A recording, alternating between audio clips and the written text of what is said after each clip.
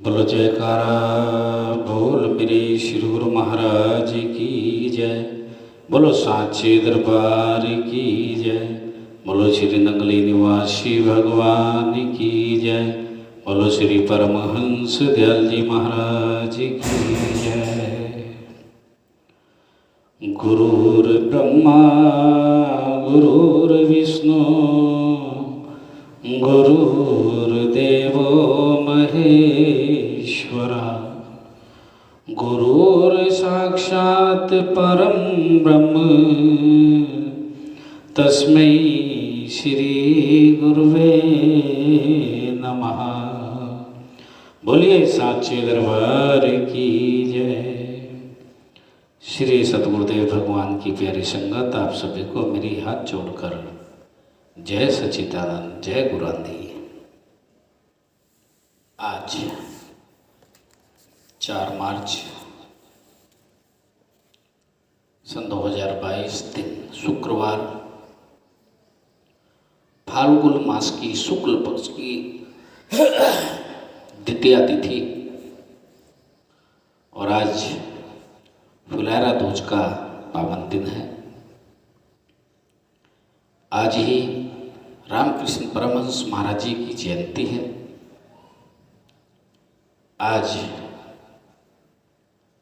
6:36 पर सूर्य उदय और सायकाल 6:19 पर सूर्यास्त का समय है। आज का राहु काल 11 बजे और 12:28 पर राहु काल की समाप्ति, अर्थात 11 बजे से 12:28 दोपहर तक कोई भी शुभ कार्य प्रारंभ ना करें।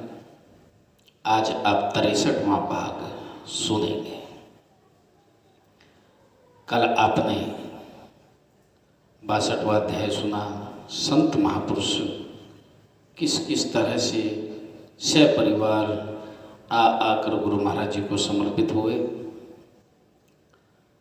और आइए, आज का जो अध्याय है वो हमारे लिए तो और भी विशेष है, क्योंकि हमारे गुरुजी के गुरुजी यानी कि स्वामी जी महाराज, स्वामी विवेक सुखानंद जी महाराज, सतगुरु नगर के जो स्वामी जी महाराज हुए हैं, हम उन्हीं के चरणों से जुड़े रहे। उन्हीं की कृपा से हमारे गुरुजी को नाम दीक्षा और संत चोला मिला और उन्हीं के आशीर्वाद से आज हम सब हैं। तो स्वामी विवेक सुखानंद जी का त्याग और स्वामी अनंत प्रकाशानंद जी का त्याग, आज दोनों के त्याग की महिमा का वर्णन सुनेंगे। हमारे स्वामी जी महाराज किस प्रकार श्री गुरु महाराज जी के चरणों तक पहुँचे। तो आइए पाठ प्रारंभ करते हैं। श्री स्वामी अनंत प्रकाशानंद जी का श्री सद्गुरुदेव के चरण कमलों में गाढ़ प्रेम था। इन्होंने श्री चरणों में सर्वस्व अर्पण करके चकोड़ी आश्रम में श्री महाराज जी से संन्यास भेज लिया। इनकी शुभ प्रेरणा से अनेक प्रेमी श्री गुरु दरबार में आए। स्वामी विवेक सुखानंद जी ने भी श्री सतगुरु दयाल जी की काफ़ी सेवा की। स्वामी सुख शब्दानंद जी भी स्वामी अनंत प्रकाशानंद जी की ही प्रेरणा से श्री गुरु दरबार पहुँचे। कुछ काल बाद सन्यासी हो गए। स्वामी पूर्ण शब्दानंद जी ने श्री गुरु दरबार में आने के लिए काफ़ी बलिदान दिया। तब ये श्री सतगुरुदेव जी की कृपा दृष्टि के पात्र बने।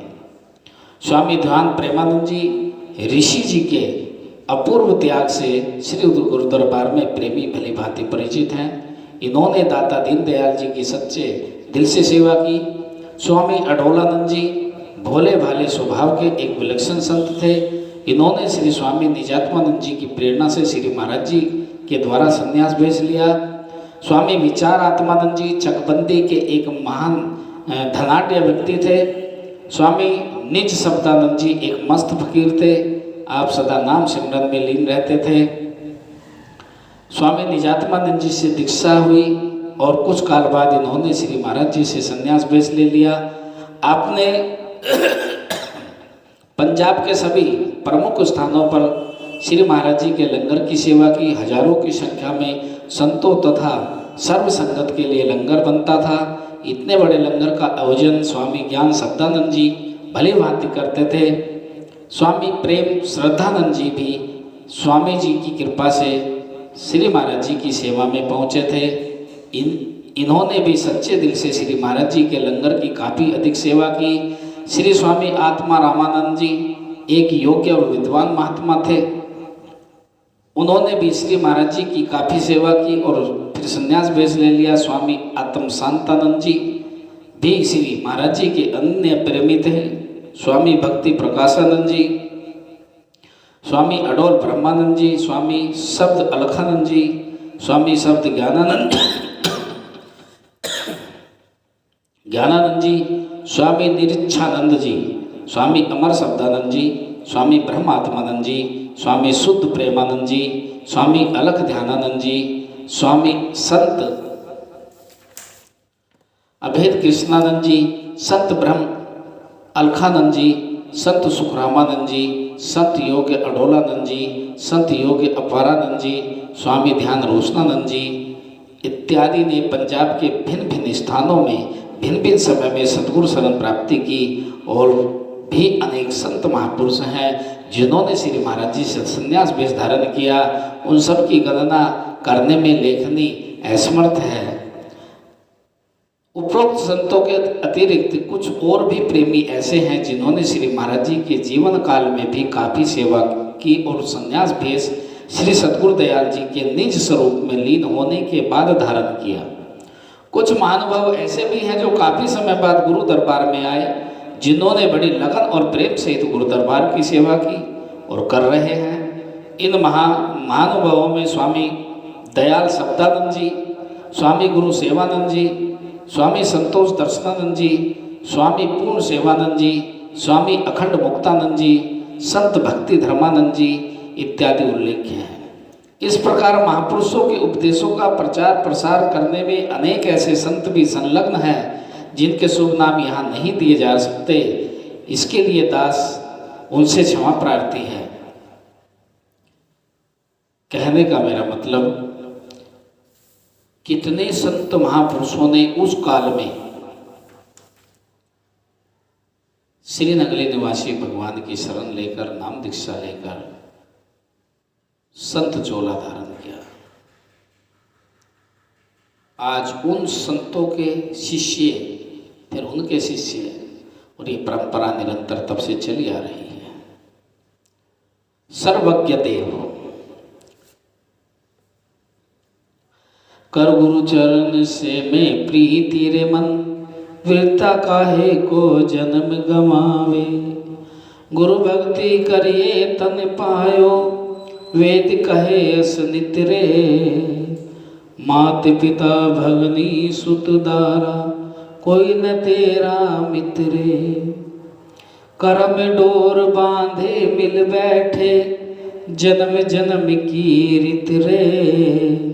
फिर पाछे कछु नाही बनेगा, जन्म गयो जब भीतरे। दासन दास पढ़ो गुरु चरनी, जग में रहना तितरे।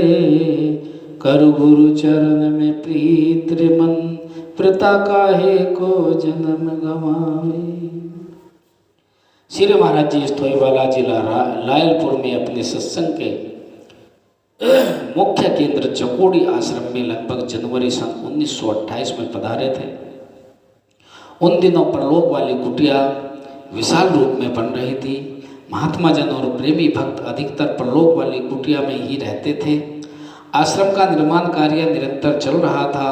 श्री महाराज जी ने के सत्संग और आदर्श व्यक्तित्व से प्रभावित होकर हजारों की संख्या में प्रेमी जन आते थे। श्री महाराज जी शरणागतों की गुरु निष्ठा परिपक्व करने के लिए प्रयत्नशील रहते थे। इस प्रकार श्री महाराज जी लगभग 6 महीने इसी आश्रम में विराजमान रहे। बीच में थोड़े दिनों के लिए प्रेमियों के प्रेमवश आसपास के क्षेत्रों में भी जाते रहे, परंतु ज़्यादा समय उन्होंने इसी आश्रम में बिताया। जासूस की वार्ता। एक दिन अपने सत्संग में श्री महाराज जी ने ये वचन फरमाए, यहाँ कुछ लोग प्रेमी बनकर कोई भेद लेने या डाका डालने के लिए आते हैं। उन बेचारों को यह पता नहीं था नहीं कि कुदरत यहाँ खुद कार्य कर रही है। वे लोग भक्ति या प्रेमी बनकर सत्संग सुनते हैं, परंतु दिल में विचार कुछ और ही होता है। कई व्यक्ति इस विचार से आते हैं कि भला देखो तो सही कि इन संतों के पास कितना धन है। कई तो गुरु दरबार की शोभा देखकर और हमारे गले में हजारों रुपए का हार पहना देखकर हम पर डाका डालना चाहते हैं। जब श्री महाराज जी ऐसे वचन फरमा रहे थे तो एक व्यक्ति ने उठकर प्रार्थना की कि हजूर, मैं अभागा किसी के कहने पर आपका भेद लेने आया हूँ कि यह हार कितने रुपए का है। ऐसा सुना गया कि आप हजारों रुपए का हार गले में पहनते हैं। ये उस समय की बात है जब हजारों रुपए आज के करोड़ों रुपए हुआ करते थे। अब कल्पना कीजिए आज कोई करोड़ों रुपए का हार पहन ले तो कैसा लगेगा। उस समय गुरु महाराज जी आज के करोड़ों रुपए का हार पहनते थे, उस समय के हजारों। ये हार तो किसी प्रेमी ने अपना प्रेम पूरा करने के लिए हमको पहना दिया। यह ज़्यादा कीमत का भी नहीं है। हम तो फकीर हैं, हमें इन हारों से क्या सरोकार है। हम तो मालिक का भजन सिमरन करते हैं। बाकी जो यहाँ धन से काम हो रहे हैं उसके लिए प्रेमी जब अपनी श्रद्धानुसार भेंट करते हैं, सेवक जो धन भेंट करते हैं वही सेवा लंगर में खर्च होती है। हमारे पास तो न आने का हिसाब है और न जाने का। यदि कोई हिसाब होगा भी तो सेवादार ही जानते हैं। हम इस प्रकार के व्यवहार में कोई सरोकार नहीं रखते। हम तो इन सबसे विरक्त होकर मालिक ने जो हमारे जिम्मे सेवा लगाई है उसी में लगे रहते हैं। भजनाभ्यास करना और लोकोपकार के लिए उपदेश करना ही हमारा कर्तव्य है। यदि आपको इस हार की जरूरत है तो बिना डाका डाले ही इसे ले जाओ और उन्हें दे दो जिन्होंने आपको भेजा है। वे बेचारे इसे लेने के लिए इतना कष्ट करेंगे, हम अपनी खुशी से यह हार उनके लिए दे देते हैं। उस व्यक्ति अर्थात जासूस ने जब श्री महाराज जी के ये वचन सुने तो लज्जित होकर बार बार क्षमा मांगी। श्री गुरु महाराज जी ने जो शब्द उससे कहे थे ऐसा लगता था कि वे रामबाण के समान कई हृदयों में छेद गए। यह जासूस तो उनका सेवक बन गया, उनके पत्थर दिल भी पिघल गए कर जिन्होंने हार लूटने के लिए उसे जासूसी करने भेजा था।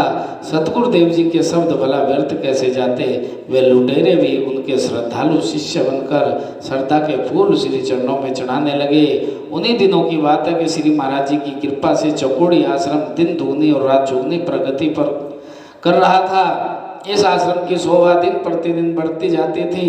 बाहर से आने वाली संगत के लिए भोजन वगैरह का बहुत सुंदर प्रबंध था। यह आश्रम अति उन्नति के चरम शिखर पर पहुंच रहा था। महात्मा जनों और संगत के विश्राम के लिए कमरे बन रहे थे। संतों के एकांत में भजन अभ्यास की सुविधा के लिए उस समय काफ़ी कमरे 8-8 फुट ऊंचे तैयार हो गए थे। आंगन में एक और सत्संग भवन बना हुआ था जिसमें श्री महाराज जी का आसन था। सत्संग का प्रेम प्रवाह निरंतर चलता रहा। हजारों की संख्या में प्रेमी जन लंगर में भोजन पाते थे। सज्जनों के लिए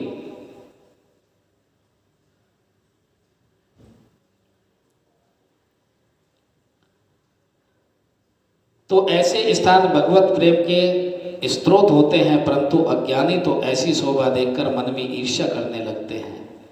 जब इस प्रकार गुरु दरबार उन्नति करने लगा तो समय की अंग्रेज सरकार उसको सहन न कर सकी। उसने कई जासूसों को भेद लेने के लिए यहाँ भेजा। वे लोग प्रेमी बनकर आते और फिर गुप्त रूप से अपना काम करते थे। इस प्रकार के एक आदमी ने गुरु दरबार के विरुद्ध मनमानी डायरी लिखकर पंजाब की राजधानी लाहौर में सरकार को जाकर दी। डायरी में यह लिखा था कि संत जन रोज हजारों रुपए खर्च करते हैं। लंगर में नित्य प्रति नए से नया पकवान बनता है। ऐसा महसूस होता है कि ये साधु महात्मा रुपए, नोट और सोना बनाते हैं। कैसी प्रभु की लीला। उस समय अंग्रेजी हुकूमत थी। जासूस लगा दिए गए चकोड़ी आश्रम पर और अंग्रेजी हुकूमत ने खोजबीन करवाई कि ये इतना पैसा इनके पास कहाँ से आता है, इतना खर्च कैसे करते हैं। और जासूसी बंद हुई। डायरी बनकर बाकायदा अंग्रेज सरकार पर गई, लेकिन मेरे मालिक की कृपा तो अजीब ही है। पुलिस का छापा, फिर पुलिस का छापा भी लगा। ये भाग आप कल सुनेंगे कि फिर क्या हुआ, पुलिस आई, कैसे छापा लगाया, फिर क्या हुआ। ये सब वर्णन आप कल की कथा में सुनेंगे। इन्हीं शब्दों के साथ बोलिए साक्षी दरबार की जय, बोलो श्री नगली निवासी भगवान की जय, बोलो श्री परमहंस दयाल जी महाराज की जय।